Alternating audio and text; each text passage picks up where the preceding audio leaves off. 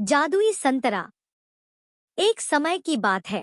एक गांव में सोनू नाम का एक छोटा सा लड़का रहता था। उसे घूमने फिरने का और नई चीजें जानने का बड़ा शौक था। एक दिन जब वह जंगल में घूम रहा था तो उसे एक संतरे का जादुई पेड़ दिखाई देता है। वह पेड़ बाकी पेड़ों से बिल्कुल अलग दिख रहा था। जब सोनू एक संतरे को चखता है तो उसे अपने अंदर भरपूर ऊर्जा महसूस होती है और उसका दिमाग पहले से बहुत तेज हो जाता है। सोनू उस जादुई संतरे का इस्तेमाल अपने खुद के फायदे के लिए करने लगा।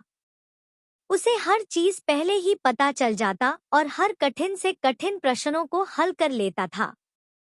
दूर दूर से लोग उसकी इस प्रतिभा को देखने आते थे।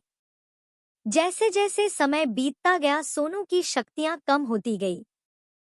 पेड़ पर संतरों की चमक भी कम हो रही थी और धीरे धीरे उनकी भी शक्तियां खत्म होने लगी थी।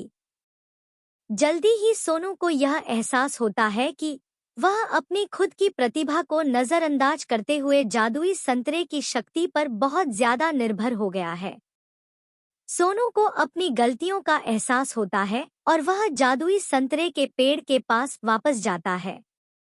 वह अपने लालची स्वभाव के लिए माफी मांगता है और वादा करता है कि अपनी काबिलियत का उपयोग वह अच्छे कामों के लिए करेगा।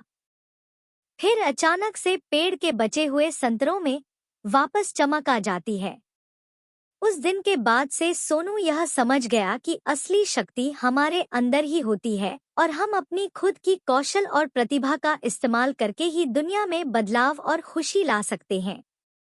हमें सफलता प्राप्त करने के लिए किसी जादू या शक्ति के बाहरी स्रोतों पर निर्भर नहीं रहना चाहिए, बल्कि हमें अपनी क्षमताओं को बढ़ाने पर ध्यान देना चाहिए और उनका उपयोग करके दुनिया में सकारात्मक बदलाव लाना चाहिए।